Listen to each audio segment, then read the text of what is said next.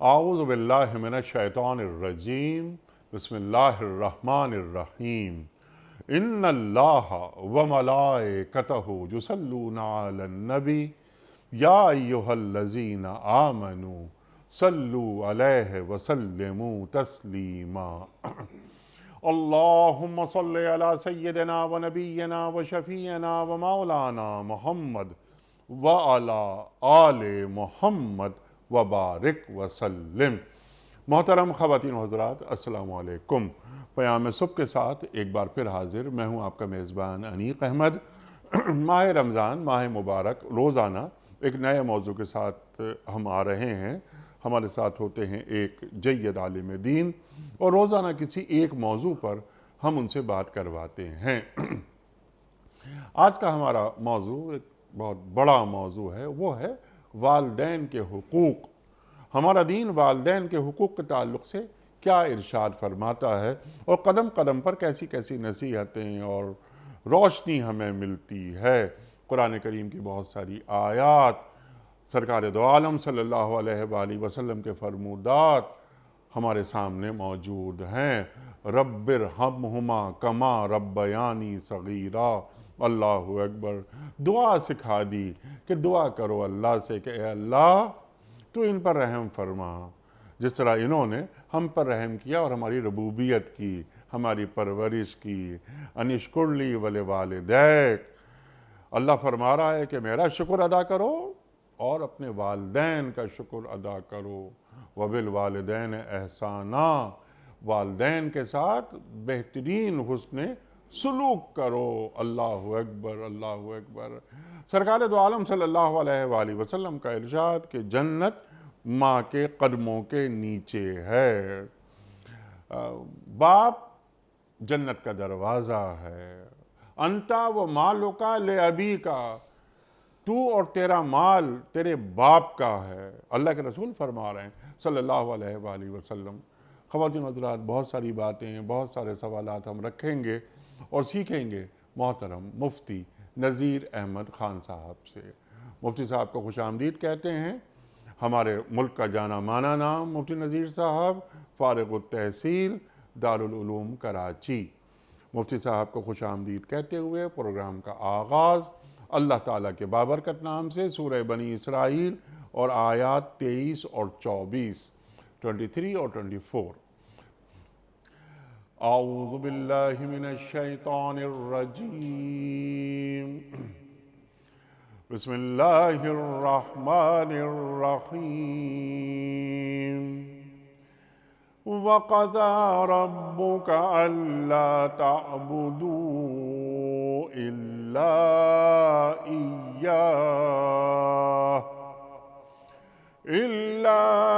إِيَّاهُ وَبِالْوَالِدَيْنِ إِحْسَانًا إِمَّا يَبْلُغَنَّ عِندَكَ الْكِبَرَ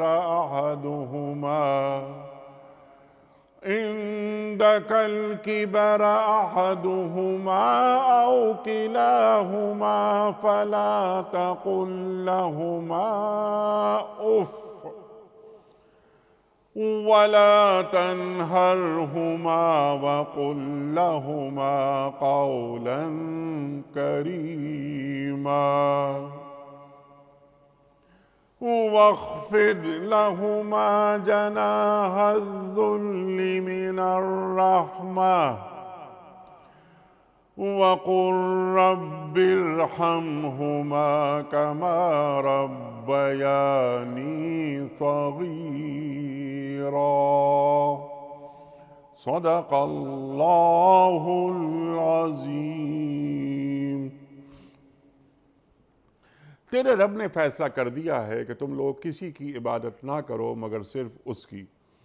والدین کے ساتھ نیک سلوک کرو۔ اگر تمہارے پاس ان میں سے کوئی ایک یا دونوں بوڑھے ہو کر رہیں تو انہیں اف تک نہ کہو، نہ انہیں جھڑک کر جواب دو، بلکہ ان سے احترام کے ساتھ بات کرو اور نرمی اور رحم کے ساتھ ان کے سامنے جھک کر رہو اور دعا کیا کرو کہ پروردگار ان پر رحم فرما، جس طرح انہوں نے رحمت اور شفقت کے ساتھ مجھے بچپن میں پالا تھا۔ صدق اللہ العظیم۔ مفتی صاحب کتنا بڑا موضوع، اللہ اکبر۔ ارشاد۔ بسم اللہ الرحمن الرحیم، نحمد و نصلی علی رسول الکریم، اما بعد۔ دین اسلام دو چیزوں سے عبارت ہے، عبادت اور خدمت۔ عبادت اور خدمت۔ عبادت یعنی اللہ کا حق ادا کرنا، خدمت یعنی مخلوق کا حق ادا کرنا۔ اللہ تعالیٰ نے ہم جس دین کے نام لیوا ہیں، اس دین نے سب سے پہلا درجہ اللہ کا، دوسرا درجہ اللہ کے رسول کا، تیسرا درجہ والدین کا، اور ان والدین میں بڑا درجہ باپ کے مقابلے میں والدہ کا۔ جی، اس کا ذکر قرآن کریم میں۔ جی ہاں۔ وَقَضَىٰ رَبُّكَ أَلَّا تَعْبُدُوا إِلَّا جی۔ إِيَّاهُ۔ غلامی صرف اللہ کی کرنی ہے، جی ہاں۔ واجب العبادہ نہ انبیاء ہیں نہ مخلوق ہیں، جی ہاں۔ اللہ اکبر۔ انبیاء واجب الاتباع ہیں، واجب العبادت صرف اللہ کی ذات۔ سبحان اللہ۔ میں غلام ہوں، صرف اللہ کا ہوں، میں متبع ہوں جناب رسول کریم صلی اللہ علیہ وسلم۔ صلی اللہ علیہ وسلم۔ پھر واجب العبادت اللہ، واجب العبادت، واجب الاتباع جناب رسول کریم صلی اللہ علیہ وسلم، صلی اللہ۔ واجب الاحسان، واجب الاحترام ٹھیک میرے والدین ہیں۔ ٹھیک۔ قرآن کریم نے یہاں ایک لفظ استعمال کیا نیک صاحب، وَخْفِضْ لَهُمَا جَنَاحَ الذُّلِّ۔ جی ہاں۔ یہ بڑا عجیب لفظ ہے، عجیب لفظ۔ جناح کے معنی ہوتے ہیں پر کے، خفض یخفض کے معنی ہوتے ہیں جھکانے کے۔ جی ہاں۔ مرغی کے بچے جب بھاگتے ہیں اپنی والدہ، اپنی ماں کی طرف، مرغی کی طرف، تو مرغی کیا کرتی ہے؟ پروں میں چھپا لیتی ہوں۔ پروں میں چھپا لیتی ہے، جی ہاں۔ پروں میں چھپا لیتی ہے۔ پروں میں چھپانے کا مطلب ہے کہ اپنے بالکل قریب کر دیتی ہے، تکلیف کو خود سہتی ہے اور اپنے بچوں کو محفوظ کر دیتی ہے۔ جی ہاں۔ تو فرمایا اسی طرح یہاں سے لفظ صرف جناح کا لفظ استعمال نہیں کیا، بلکہ جناح الذل، اتنی عزت دو، اتنی عزت دو کہ اس عزت دینے میں تم اگر اپنی تذلیل بھی محسوس کرو تو وہ تذلیل تمہاری تذلیل نہیں ہے، وہ اصل میں تمہاری تعظیم ہے۔ تمہارے والدین تمہیں ذلیل کریں، تمہیں کمزور کریں، تمہارے ساتھ جو بھی معاملہ کریں، چونکہ وہ والدین ہیں، چونکہ والدین ہیں، لہذا ان کے ساتھ تم نے معاملہ رکھنا ہے احسان کا۔ جو احسان ہے، احسان کا مطلب ہے اعلیٰ اخلاق کا، اعلیٰ اخلاق کا معاملہ رکھنا، عدل کا معاملہ نہیں رکھنا۔ عدل کا مطلب ہوتا ہے ضابطہ، ضابطہ نہیں، یہ ضابطہ نہیں ہے، ضابطے کی پابندی نہیں، یہ اعلیٰ اخلاق ہے۔ جو معاملہ تم نے رکھنا ہے کہ والدین نے جیسے کہ ہم بھی ایسے کریں گے، یہ نہیں ہے۔ والدین نے ہمارے بچپن میں بڑا خیال رکھا، بڑھاپے میں ہم ان کا خیال رکھیں، نہیں، یہ مطلب نہیں۔ انہوں نے رکھا کہ نہیں رکھا، لیکن چونکہ وہ والدین ہیں ہمارے، چونکہ والدین ہیں، لہذا ان کا خیال رکھنا۔ تیسرے درجے میں یعنی مخلوق میں سب سے زیادہ جس کو ہم نے اوپر رکھنا ہے، اپنی اولاد کے اوپر رکھنا ہے، اپنی بیوی کے اوپر رکھنا ہے، اپنے آپ کے اوپر رکھنا ہے، تو وہ کس کو رکھنا ہے؟ وہ والدین کو رکھنا ہے۔ سبحان اللہ۔ اچھا، پھر عجیب بات یہ ہے کہ دیکھیں، والدین کے تعلق سے دین یہ نہیں کہتا کہ تمہارے والدین اگر مسلمان ہو تو خیال رکھنا ہے، نہیں۔ اللہ کے دین کے پابند ہو تو خیال رکھنا نہیں، قرآن یہ نہیں کہتا۔ قرآن کہتا ہے کہ اگر وہ کافر ہوں، غیر مسلم ہوں، ان کے عمل کو نہیں دیکھنا، وہ شرک کر رہے ہیں، جی ہاں۔ شرک، ان کا شرک خدمت میں آڑے نہیں آنا چاہیے، اللہ اکبر۔ ان کا کفر اس خدمت میں آڑے نہیں آنا چاہیے، اللہ اکبر۔ اللہ کی نافرمانی اس خدمت میں آڑے نہیں آنی چاہیے۔ تو کہنے کا مقصد ہے کہ مذہب اور مسلک سے بالا ہو کر خلوص سے جس جن کی خدمت کرنی ہے وہ خدمت ہے والدین کی، والدین کی خدمت۔ وَقَضَىٰ رَبُّكَ أَلَّا تَعْبُدُوا إِلَّا إِيَّاهُ وَبِالْوَالِدَيْنِ إِحْسَانًا إِمَّا يَبْلُغَنَّ عِندَكَ الْكِبَرَ أَحَدُهُمَا أَوْ كِلَاهُمَا۔ عام ایام میں، عام اوقات میں بھی خدمت کرنی ہے، لیکن خاص طور پر جب وہ بوڑھے ہو جائیں، تمہاری خدمت کے محتاج ہو جائیں۔ اور انسان جب بوڑھا ہوتا ہے نا تو اس کی پھر اس کی حیثیت ہو جاتی ہے ضدی بچے کی، ضدی بچے کی۔ تو فرمایا کہ اگر خواہ کی ضد کریں، پریشان کریں، طرح طرح کی خواہشیں رکھیں، فلا تقل لهما اف، تم نے اف تک نہیں کہنا۔ حالانکہ اف یہ کیا ہے؟ فرمایا یہ تک نہیں کہنا، یہ کم سے کم ڈر جائے، یہ کم سے کم ڈر جائے۔ فلا تقل لهما ولا تنهرهما، جھڑکنا بھی نہیں ہے۔ وقل لهما قولا کریما، وہ جو بھی کریں، جو بھی بولیں، تم نے جب بات کرنی ہے تو اخلاق سے بھرپور بات کرنی۔ سبحان اللہ، سبحان اللہ۔ وَاخْفِضْ لَهُمَا جَنَاحَ الذُّلِّ مِنَ الرَّحْمَةِ، رحمت سے بھرپور تم نے اپنے جو اعلیٰ ترین اخلاق کا جو پر ہے وہ ان پہ پھیلانے ہیں، جھکانے ہیں۔ وَقُلْ رَبِّ ارْحَمْهُمَا، اور تمہاری زبان پہ یہ دعا ہو، رب ارحمہما، اے میرے رب، انہوں نے جیسے بچپن میں میرا خیال رکھا، اے اللہ تو ان پہ رحم فرما، اور ان کے ساتھ رحم اور مہربانی کا معاملہ فرما۔ سبحان اللہ، سبحان اللہ، سبحان اللہ، سبحان اللہ۔ یہ ہے ہمارا دین، دین اسلام۔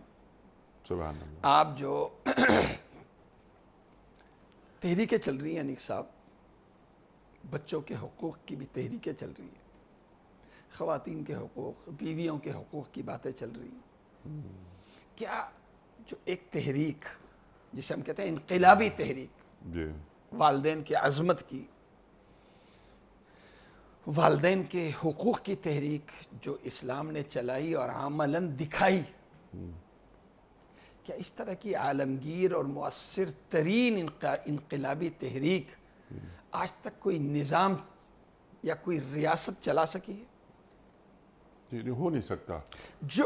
جو حقوق ہمارا دین اور دین کا پابند مسلمان جو اپنے والدین کو دیتا ہے، کہ اس حق کا تصور بھی آج کے مہذب مغرب سے کیا جا سکتا ہے؟ کبھی نہیں کیا جا سکتا۔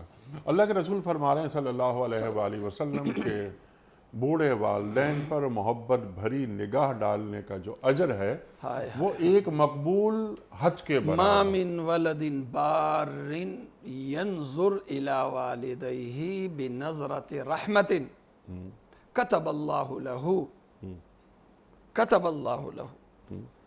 ایک فرما بردار، نافرمان نہیں، اس نے سلوک رکھنے والا، یہ شرط ہے، وہ اپنے والدین کو محبت بھری نگاہ سے دیکھتا ہے، اللہ تعالیٰ اس کے بدلے ایک مقبول حج کا اور مقبول عمرے کا ثواب عطا کر دیتا ہے۔ اللہ اکبر۔ سوال آیا نا ایک صحابی نے سوال کیا، یا رسول اللہ اگر دن میں ہم 100 دفعہ دیکھیں تو کیا 100 حجوں کا ثواب؟ سبحان اللہ۔ اللہ کے نبی صلی اللہ علیہ وسلم نے فرمایا اللہ اکبر و اطیب، اللہ بڑے بھی ہیں اور اللہ انتہائی اچھے بھی ہیں، اس کے خزانوں میں کمی نہیں ہے۔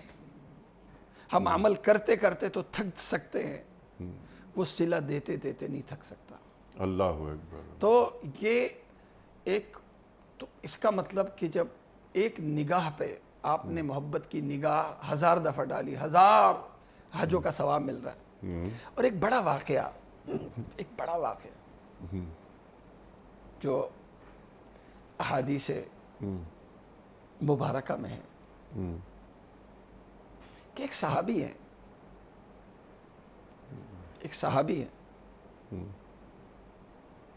ان کے ساتھ ایک وقت میں نا 2 فضیلتیں حاصل کرنی ہے، 2 فضیلتیں۔ ایک والدہ کو ان کی ضرورت ہے، والدہ کو ان کی ضرورت ہے، ٹھیک، والدین کو صرف ساتھ چاہیے بیٹے کا، وہ ایک بیٹا ہے۔ جی، دوسرے نمبر پہ ان کے سامنے ہے کہ اگر میں اپنی والدہ کے ساتھ رہا، ان کی میں نے خدمت کی، تو ایک صحابی ہونے کی جو فضیلت ہے وہ فضیلت میں حاصل نہیں کر پاؤں. ایک طرف صحابی ہونے کی فضیلت ہے اور ایک طرف ماں کی خدمت کی ضرورت ہے. انہوں نے ترجیح کس کو دی؟ ماں کی فضیلت پہ ترجیح دی ماں کی خدمت کی ضرورت کو. اللہ کے نبی صلی اللہ علیہ وسلم نے کسی عام صحابی سے نہیں، حضرت عمر فاروق رضی اللہ عنہ سے فرمایا کہ وہ ایک صاحب آئیں گے یمن سے، جب وہ آئے نا تمہاری ملاقات ہونا، فَمُرْهُ أَن يَسْتَغْفِرَ لَهُ، انہیں انتہائی تاکید کے ساتھ درخواست کرنا کہ تمہارے لیے مغفرت کی دعا کریں، اللہ، کیونکہ وہ جس کے لیے دعا کرے گا اللہ اس کی دعا کو رد نہیں کرے گا. اللہ اکبر، اللہ اکبر. یہ ضرورت ہے. یہ اس وقت والدین کو نا اولاد کا پیسہ نہیں چاہیے ہوتا ہے، اولاد کا ساتھ چاہیے ہوتا ہے. بڑھاپے میں جی جی اولاد کا ساتھ چاہیے ہوتا ہے. آپ نے اپنے والدین کو بڑا بنگلہ دلا دیا، نوکر چاکر دلا دیا، سب دلا دیا، لیکن اولاد کا ساتھ نہیں ہے. جی یہ ایسے ہی ہے کہ جیسے ماں سے محروم ایک بچہ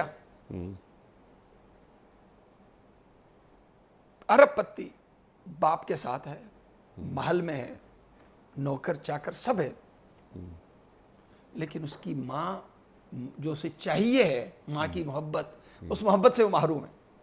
ٹھیک. تو محبت سے محروم بچہ جیسے اپنے آپ کو ان سب چیزوں میں بھی اپنے آپ کو تنہا دیکھتا ہے، محروم دیکھتا ہے. اسی طرح والدین بڑھاپے میں جب اولاد کا ساتھ نہیں ہوتا انیک صاحب، پھر والدین اپنے آپ کو محروم دیکھتے ہیں.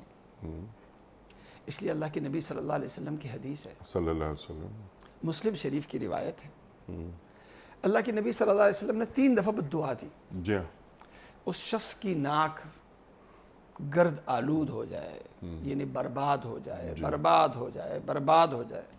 اور ایک روایت میں یہ ہے کہ حضرت جبریل امین سلام علیہ نے اس پر آمین کہا. 3 دفعہ آپ نے فرمایا کہ وہ کہ جس من ادرک والدیہ عند الکبر احدہما یا احدہما او کلاہما،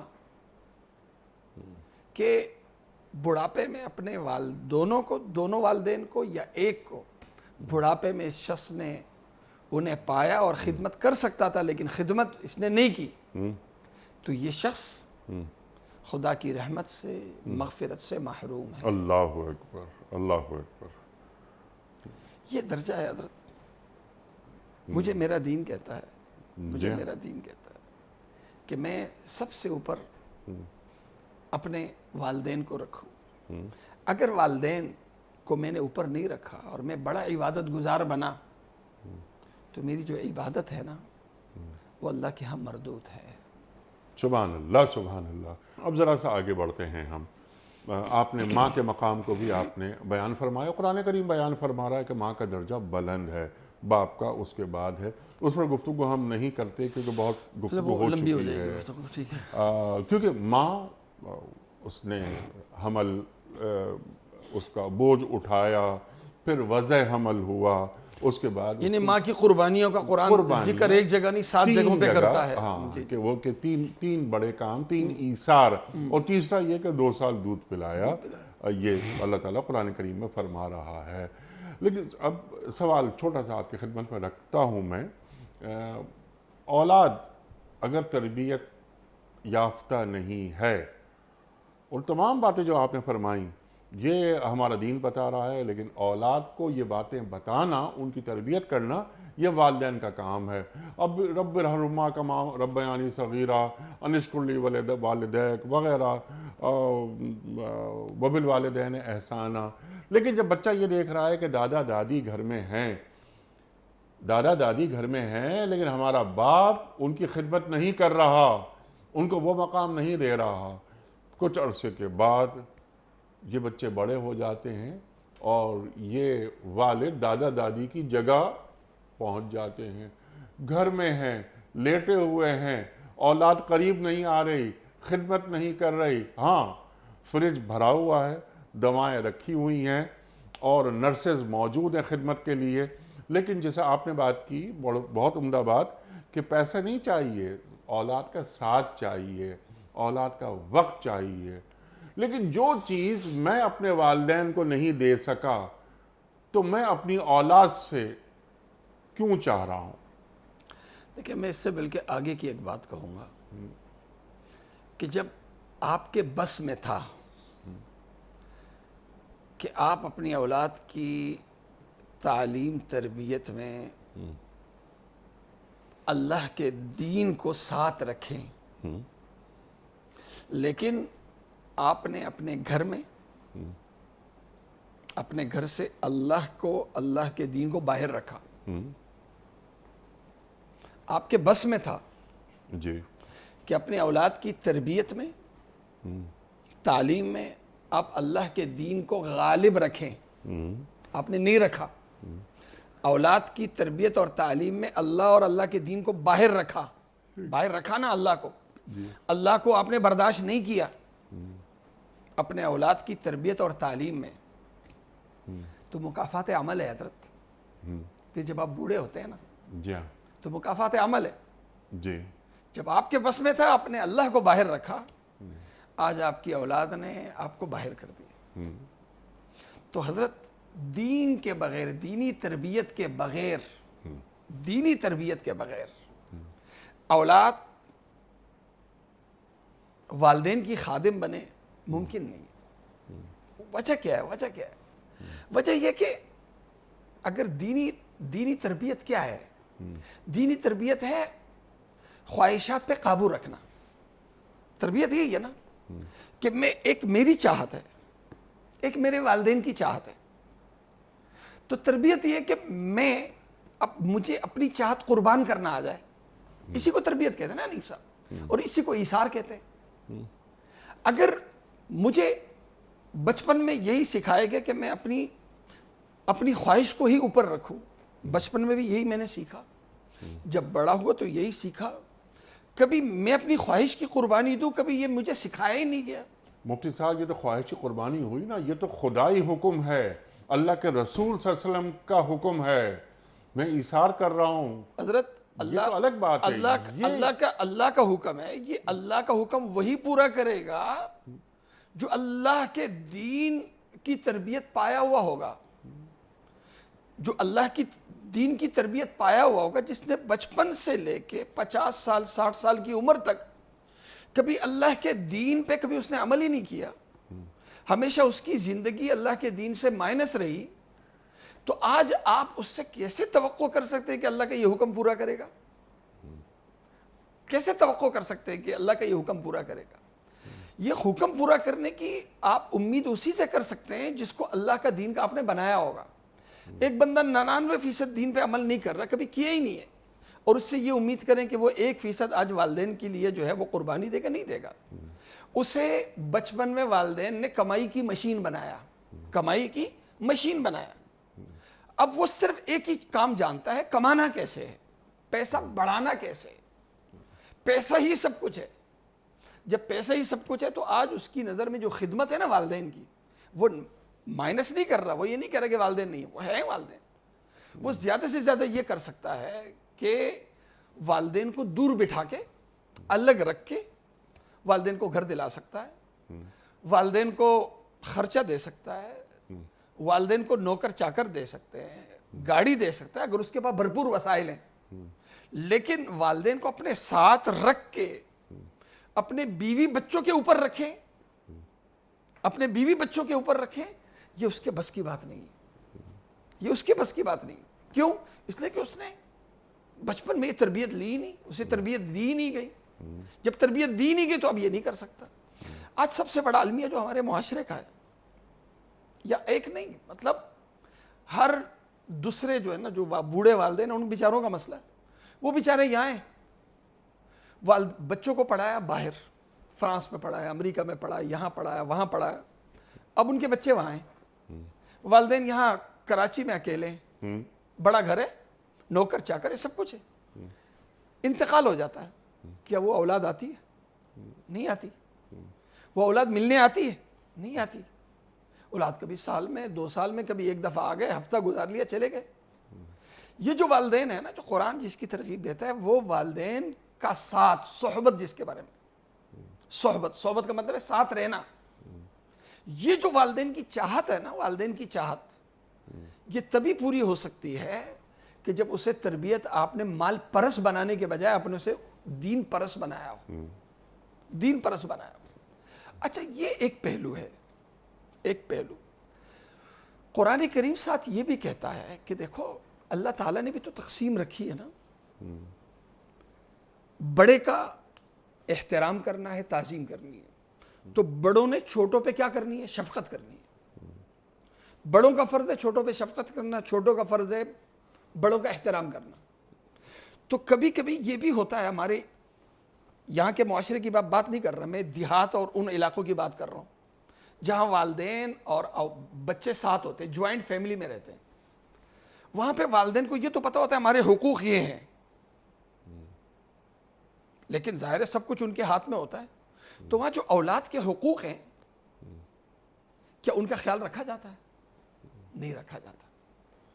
اگر پاور میں اولاد ہے تو وہ والدین کا خیال نہیں رکھتے ہیں، اور اگر پاور میں والدین ہیں تو وہ اولاد کے حقوق کا خیال نہیں کرتے. دین انصاف کی بات نہیں کرتا، دین عدل کی بات کرتا ہے، توازن رکھنے کی بات کرتا ہے. توازن رہے، بیٹے کو ان کا حق ملے، والدین ہیں ان کو ان کا حق ملے. اور اگر کبھی تعارض ہو، ایک ہی وقت میں ایک مسئلہ آ گیا کہ جی یا یہ کرنا ہے یا یہ کرنا ہے، ان دونوں میں سے کوئی ایک ہے، اب کس کو اوپر رکھنا ہے؟ بیٹے کو اوپر رکھنا ہے یا والد کو اوپر رکھنا ہے؟ بیوی کو اوپر رکھنا ہے یا ماں کو اوپر رکھنا ہے؟ تو دین ہمیں یہ بھی تعلیم کرتا ہے کہ ایسے موقع میں جب کلیش ہو، ایک وقت میں ایک ہی کر سکتے ہیں آپ، دوسرا نہیں کر سکتے، تو ایسے وقت میں دین ہمیں کہتا ہے کہ بیٹے کے اوپر باپ کو رکھنا ہے، بیوی کے اوپر اپنے ماں کو رکھنا ہے. یہ دین ہمیں تعلیم کرتا ہے.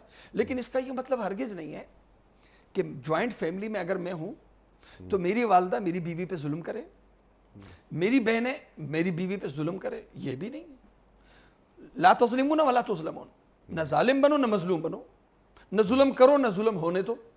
توازن رکھنا، ہر ایک کو اس کا حق دینا، یہ تعلیم مجھے میرا دین کرتا ہے. پھر اس کے اندر حقوق کی ادائیگی میں دین کلاسیفیکیشن کی بات کرتا ہے کہ جس کا جو درجہ ہے اس کو اس کا درجہ دو. مسلم شریف کی پہلی حدیث ہے انزل الناس منازلہم، جس آدمی کا جو درجہ ہے اس کو اس کا درجہ دو. گھر میں خواتین ہیں، خواتین میں ماں ہے، بہنیں بھی ہیں، بیوی بھی ہے، بیٹی بھی ہے. کیا یہ سب برابر ہیں؟ انیک صاحب نہیں ہو سکتا. سب برابر تو نہیں ہے نا. یہاں انصاف تو نہیں کر سکتے آپ، انصاف جائز ہی نہیں ہے. یہ عدل ہے. عدل کا مطلب ہے ہر ایک کو اس کی جگہ دینا، توازن رکھنا. ماں کو اس کی جگہ پہ رکھو، بہنوں کو ان کی جگہ پہ رکھو، بیوی کو اس کی جگہ پہ رکھو، بیٹیوں کو ان کی جگہ پہ رکھو. ایک وقت میں اگر ایسا آ جائے کہ ماں کا حق متاثر ہو رہا ہے، جب دوسروں کو ہم دیں گے، ایسے میں ترجیح اپنے ماں کو دیں گے. وہ مشہور واقعہ ہے تقریباً سیاہ ستہ کی ہر کتاب میں، کہ 3 لوگ تھے، غار میں پھنس گئے. غار کے منہ پہ چٹان آ کے غار کا منہ جو ہے نا چٹان نے بند کر دیا. اب ہر ایک کی جو پرخلوص نیکی تھی زندگی کی، اس کا وسیلہ اختیار کر کے ہر ایک نے دعا کی. تو ان میں سے ایک نے جو دعا کی وہ دعا یہی تھی کہ میں دیر سے آیا، والدین بھوکے سو گئے تھے، میرے بچے رو رہے تھے، بھوک سے نڈال ہو رہے تھے، لیکن میں نے کہا نہیں، پہلے والدین اٹھے، انہیں میں نے دودھ پلایا، اس کے بعد پھر میں نے اولاد کا حق ادا کیا. انہیں اولاد کے اوپر میں نے اپنے والدین کو رکھا. اور یہ اس کی ایسی پرخلوص نیکی تھی، وہ دوسرے 2 کی بھی تھی، ان کی بھی تھی، کہ اللہ تعالیٰ نے ان کے لیے ایک معجزہ ظاہر کر دیا کہ اس چٹان کو اللہ تعالیٰ نے اس غار سے ہٹا دیا اور ان کی زندگی محفوظ ہو گئی. تو والدین کی خدمت کا ایک بڑا فائدہ یہ ہے کہ میں یہ چاہوں کہ میں محفوظ بن جاؤں، حالات سے میری زندگی پاک ہو جائے. تو اس کا طریقہ ہے بر کا، انہیں حسن سلوک کا. اور حسن سلوک کے سب سے زیادہ لائق اور سب سے زیادہ جس کے مستحق ہیں وہ میرے والدین تھے. سبحان اللہ سبحان اللہ. والدین کی ذمہ داریوں کی بھی کچھ بات آپ نے فرمائی کہ جب تربیت ہی میں کر نہیں پایا اپنی اولاد کی تو پھر توقع کیوں رکھوں اپنی اولاد سے. اللہ کے رسول صلی اللہ علیہ وآلہ وسلم کا ارشاد کہ جنت ماں کے قدموں کے نیچے ہے. کتنا بڑا مقام ماں کو دے دیا گیا. بالکل صحیح. اللہ اکبر. تو کیا اللہ کے رسول صلی اللہ علیہ وآلہ وسلم روز حشر اس امتی ماں سے یہ نہیں پوچھیں گے کہ تیرے قدموں میں تو میں نے جنت رکھی تھی, تیرے ہوتے ہوئے تیرا بیٹا یا بیٹی جہنم میں کیسے جا رہے ہیں؟ بالکل صحیح. تو ایک ذمہ داریوں کی بات, آپ تو ایثار کی بات کر رہے ہیں نا, آپ قربانیوں کی بات کر رہے ہیں. یہ تو ایک ذمہ داری ہے ایک ماں کی, ایک باپ کی کہ اور جب ہم پہنچیں آخرت میں ہماری ملاقات ہو حوض کوثر پر تو ہم یہ کہنے کے اہل ہوں کہ اللہ کے رسول صلی اللہ علیہ وآلہ وسلم ہم دنیا میں اپنی اولاد چھوڑ کر نہیں آئے تھے, ہم آپ کے امتی چھوڑ کر آئے تھے. تو ایک تربیت ہوتی ہے نا کہ بوڑھے ہو گئے, میں بوڑھا ہو گیا لیکن میرے بچوں نے یہ دیکھا, اگر یہ دیکھا کہ دادا دادی کی خدمت کے لیے یہ ہمہ وقت مصروف رہتا تھا ہمارا باپ, تو انہیں معلوم ہے کہ اچھا. اب جسے آپ نے کہا مکافات عمل, یہ مکافات عمل میرا خیال ہے کہ ذرا اس سے آگے کی بات ہے. یہ مکافات عمل تو کسی بھی چیز کے لیے ہوتا ہے نا کہ میں نے آپ کے لیے اچھا کام کیا, آپ نے میرے لیے اچھا کام کر دیا, ختم ہو گئی بات. یہ میں نے برا ہوا, اللہ نے میرے ساتھ برا کر دیا. لیکن جب میں والدین کی خدمت پر مامور ہوا تو میں خدائی احکام کا اتباع کر رہا ہوں. تو پھر اللہ تعالیٰ مجھے جو میں اپنی اولاد سے سکون پہنچا رہا ہے یہ خدائی فیصلے. خدائی فیصلے, بالکل صحیح. اچھا انیق صاحب, اس میں نا قرآن کریم میں بہت سے انبیاء کرام سلام علیہ ہیں. قرآن کریم ان کے خاندانی سلسلے کو بیان نہیں کرتا. بہت سے انبیاء ہیں, قوم یعنی حضرت ہود سلام علیہ ہیں, حضرت لوط سلام علیہ, بہت سے انبیاء ہیں. لیکن حضرت مریم سلام علیہا کا جب ذکر آتا ہے تو قرآن کریم ان کا خاندانی پس منظر بھی بتاتا ہے. جی ہاں, ٹھیک ہے. یعنی امرات و عمران, والد کا نام عمران ہے, پھر ان کی زوجہ عمران, یہاں سے قرآن بات شروع کرتا ہے. پھر ایک نیک ماں نے چاہت رکھی کہ میری جو اولاد ہوگی وہ اس کو میں اپنا خادم نہیں بناؤں گی بلکہ اللہ کے دین کا خادم بناؤں گی. یہ آرزو, نظر مانی, منت مانی. اور اس منت کے نتیجے میں یہ نہیں ہوا کہ وہ اولاد اپنے والدین کی نہیں ہوئی بلکہ اپنی اولاد کی نیک نامی تا قیامت ان کی نیک نامی کا سبب بنی. ان کی جو بیٹی ہوئی, اور بیٹی کے بارے میں قرآن نے کہا وَلَيْسَ الذَّكَرُ كَالْأُنثَىٰ, اس بچی کی طرح کوئی مرد ہو نہیں سکتا. اور پھر ان کی بیٹی کی تربیت جن کے ہاتھ پہ ہوئی وہ حضرت زکریا سلام علیہ, وقت کے پیغمبر. پھر وہ بیٹی وقت کی خود پیغمبر بنی حضرت مریم سلام علیہ.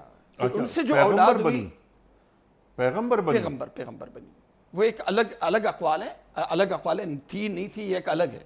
میں اس قول کو لے رہا ہوں جس میں پیغمبر تھی.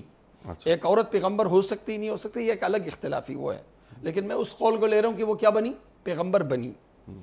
اچھا, پھر آگے کی بات, پھر حضرت مریم سلام علیہ سے حضرت عیسیٰ سلام علیہ. اور آج کا جو اسلام کے بعد جو سب سے بڑا مذہب ہے وہ عیسائیت ہے. اور ایک بڑا مطلب اس نے دنیا میں اصلاح کی بھرپور خدمات انجام دی عیسائیت کے ماننے والوں نے. تو یہ بھی ماں تھی جی, ماں تھی. ماں نے ماں ہونے کی حیثیت میں ایک کردار ادا کیا. اسی طرح ایک باپ کی حیثیت میں قرآن کریم میں حضرت لقمان سلام علیہ کا ذکر آتا ہے. حضرت لقمان سلام علیہ کا قرآن کوئی بڑا کارنامہ ذکر نہیں کرتا کہ ایک آئے اور انہوں نے ایک انقلاب برپا کر, کوئی عالمی انقلاب ان کا نہیں تھا, کوئی علاقائی انقلاب بھی ان سے کوئی برپا نہیں ہوا. نہ علاقائی انقلاب ہے نہ عالمی انقلاب ہے, صرف انقلاب بیٹے کی زندگی میں انقلاب برپا کیا نا. صرف یہی ہے نا, ایک بیٹے کی تربیت. ایک بچے کی تربیت کی حضرت لقمان سلام علیہ نے قرآن اتنی عظمت کے ساتھ نام لے کے قرآن کیوں ان کا ذکر کرتا ہے؟ پوری صورت رکھ دی، پوری ایک سورت کا نام رکھ دیا، تربیت کا پورا جو ایک چیپٹر تھا وہ اللہ تعالیٰ نے بیان کر دیا۔ سبحان اللہ۔ کیوں بیان کیا؟ حضرت صاحب سب سے مشکل ترین کام پتہ کیا ہے؟ سب سے مشکل ترین کام وہ اولاد کی تربیت ہے، اور سب سے عظیم ترین کام بھی یہی ہے۔ آپ کا اسکول، آپ کا کالج، آپ کی یونیورسٹی، جس کے آپ پرنسپل بھی ہیں، جس کے آپ چانسلر بھی ہیں، جس کے آپ ڈائریکٹر بھی ہیں، وہ آپ کا گھر ہے۔ آپ اپنے گھر میں بیٹھ کے بحیثیت باپ کے کر کیا رہے ہیں؟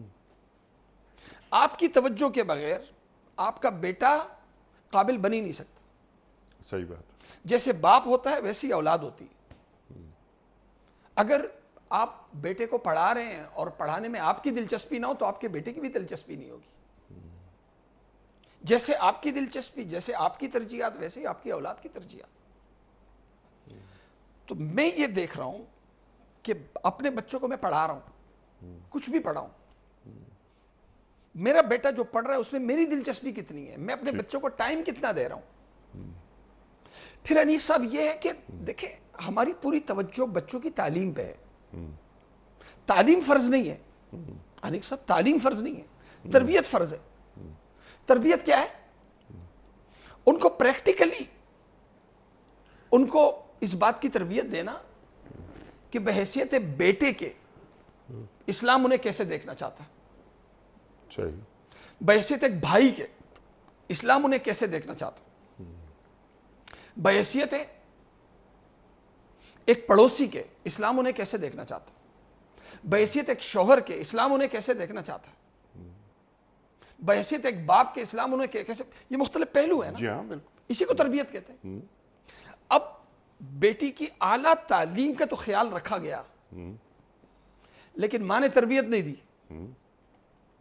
اب اسے آتا ہی نہیں ہے کہ میں نے بحیثیت بیوی کے کیسے چلنا ہے۔ جی ہاں، میں نے بحیثیت بیوی کے، میں جس گھر میں گئی ہوں یہاں تھی، یہاں میں نے اپنے گھر میں بیٹی نے کبھی نہ نہیں سنی، اب وہ بحیثیت بیوی کے شوہر کے گھر جا رہی ہے، اب وہ نہ ہی سنے گی۔ اب بحیثیت بیوی کے اس نے شوہر کے ساتھ بہیو کیسے کرنا ہے، ساس کے ساتھ کیسے کرنا ہے، سسر کے ساتھ کیسے کرنا ہے، ان سب کے ساتھ کیسے کرنا ہے، کیا اسے شادی سے پہلے اس کی تربیت دی جاتی ہے؟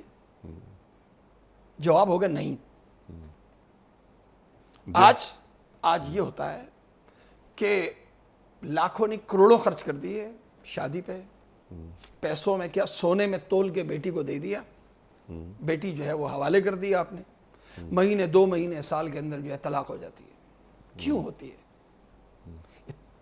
اسی لیے ہوتی ہے کہ آدمی کو معاشرے میں چلنے کے لیے پیسے سے زیادہ کردار چاہیے ہوتا ہے، تربیت چاہیے ہوتی ہے۔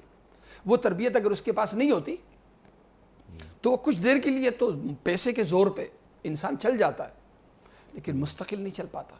مستقل چلنے کے لیے صلاحیت چاہیے، کردار چاہیے، اور یہ کردار بنتا ہے حضرت صاحب تربیت سے۔ جی ہاں، آج ہمارے معاشروں میں اگر کمی میں دیکھ رہا ہوں تعلیم کی نہیں ہے، اعلیٰ سے اعلیٰ تعلیمی ادارے ہیں، اگر کمی ہے تو اس وقت دینی تربیت کی، اور اگر دینی تربیت والدین نہیں دیں گے تو اللہ کا نقصان نہیں کریں گے، سب سے زیادہ نقصان اپنا کرتے ہیں۔ جی ہاں، کہ میری جو طاقت ہے صاحب، میری طاقت میری اولاد ہے نا، میرا سب سے بڑا سہارا کون ہے؟ میری اولاد ہے، میرا سہارا، ٹھیک ہے۔ اپنے سے زیادہ میں جنہیں میں اپنے سے زیادہ محبت دیتا ہوں، اپنے سے زیادہ جن کے لیے میں جذبات رکھتا ہوں، وہ میری اولاد ہے۔ لیکن اگر ان کی دینی تربیت نہیں کی ہوگی تو جنہیں میں اپنے سے زیادہ جن سے محبت کرتا ہوں وہ مجھے مائنس کر دیں گے، مجھے مائنس کر۔ اب میں یہ کہوں کہ میری سوچ کے مطابق، میری امید کے مطابق میری اولاد میرے ساتھ حسن سلوک رکھے تو ایک ہی طریقہ ہے، وہ ہے دینی تربیت۔ ٹھیک ہے، وہ دینی تربیت۔ ٹھیک۔ اولاد کے لیے دعائیں کرنا وہ لوگ بھول چکے ہیں۔ اب 2 چیزیں، تربیت کیا ہے؟ تو لوگ کہتے ہیں نا تربیت بہت مشکل ہے، میں کہتا ہوں بہت آسان ہے، بہت آسان کام ہے۔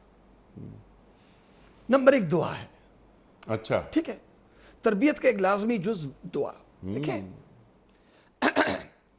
اللہ تعالیٰ والدین جیسے کیسے ہوں، کچھ بھی ہوں، لیکن جب وہ اولاد کے لیے دعا کرتے ہیں نا، اللہ رد نہیں کرتا دعا۔ اللہ اکبر، ایسا ہی ہے، اللہ اکبر، حضرت علی رضی اللہ عنہ کا قول بھی ہے اللہ اکبر۔ کہ لوگ جاتے ہیں دعاؤں کی درخواستیں کرتے ہیں ان کے اپنے گھر میں۔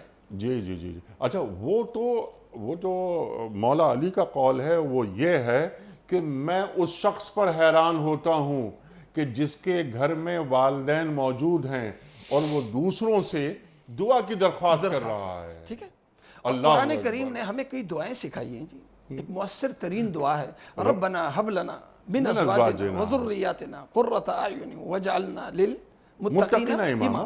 والدین کریں جی سلام پھیرنے سے پہلے اللہ اکبر۔ اسی طرح اولاد کے لیے اولاد کو دعا سکھائے، رب اجعلنی مقیم الصلاۃ ومن ذریتی ربنا وتقبل دعا ربنا اغفر لی ولوالدی وللمؤمنین یوم یقوم الحساب۔ ایک ہے دعا۔ دوسرے نمبر پہ کیا ہے حضرت صاحب؟ وہ ہے گھر کا ماحول۔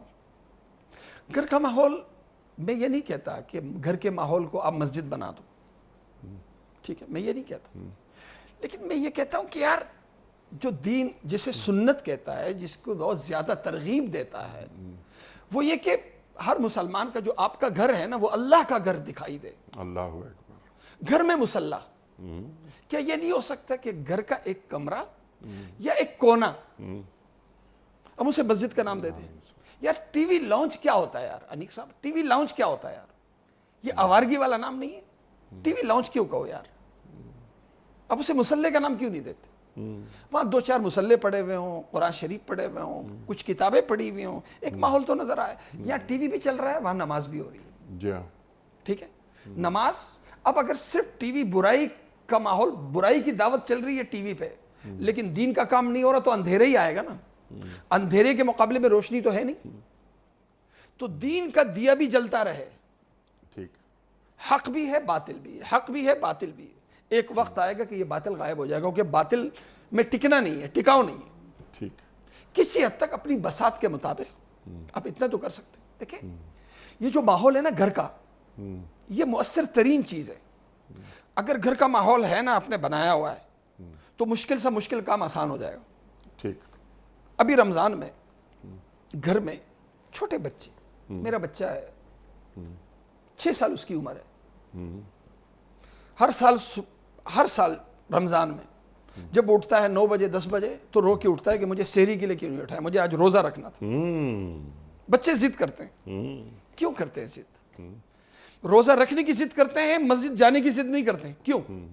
ماحول، تربیت۔ کیونکہ جو روزے کے اعمال ہیں وہ مسجد میں نہیں ہو رہے ہوتے ہیں، جی جی وہ گھر میں۔ افطار کہاں ہو رہا ہوتا ہے؟ گھر میں۔ جی جی سحری کہاں ہو رہی ہوتی ہے؟ گھر میں۔ جی، تو گھر کے ماحول نے بچے کو اتنا متاثر کیا کہ نماز سے کہیں مشکل روزہ رکھنا ہے، وہ بچہ ضد کر رہا ہے کہ میں روزہ رکھوں گا، کیوں؟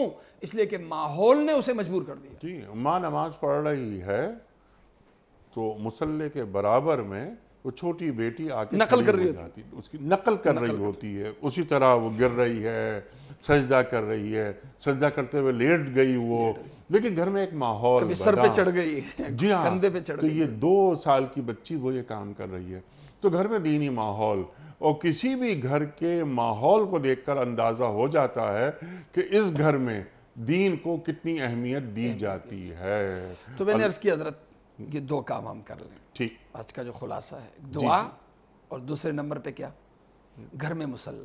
جی جی، یہ 2 کام کر لیجئے گا ہاں، تو برائیاں ساتھ ہوں گی، لیکن آج کی برائی کل نہیں رہے گی انشاءاللہ۔ اللہ اکبر، اور آپ کا گھر ہاں اللہ کی حفاظت میں آ جائے گا، ہاں، آپ کی اولاد اللہ کی حفاظت میں آ جائے گی، اللہ اکبر، اور پھر آپ کی اولاد اگر گمراہ ہونا بھی چاہے گی نا، اللہ گمراہ ہونے نہیں دے گا۔ آپ کی اولاد اگر اپنے نقصان کے در پہ بھی ہوگی نا، اللہ نقصان نہیں ہونے دے گا۔ اللہ اکبر، قرآن کریم میں اصحاب الجنہ کا واقعہ بھی ہے جی ہاں، کہ اولاد نے چاہا کہ جی دین کا ایک حکم جو عشر کا ہے اس کو کنارے کر دیں، عمل نہ کریں، اللہ تعالیٰ نے ان کی اصلاح فرمائی۔ اسی طرح 16ویں پارے میں ایک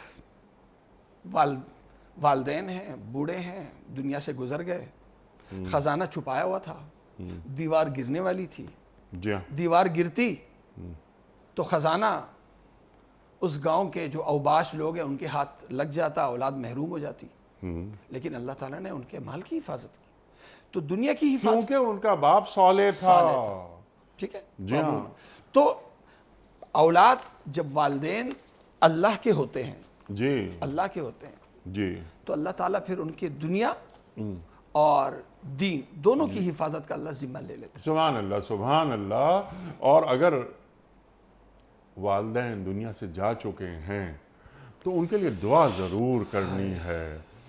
والدین کا انتقال ہو چکا ہے تو مقام ان کا مرتبہ بلند ہو گیا اچانک.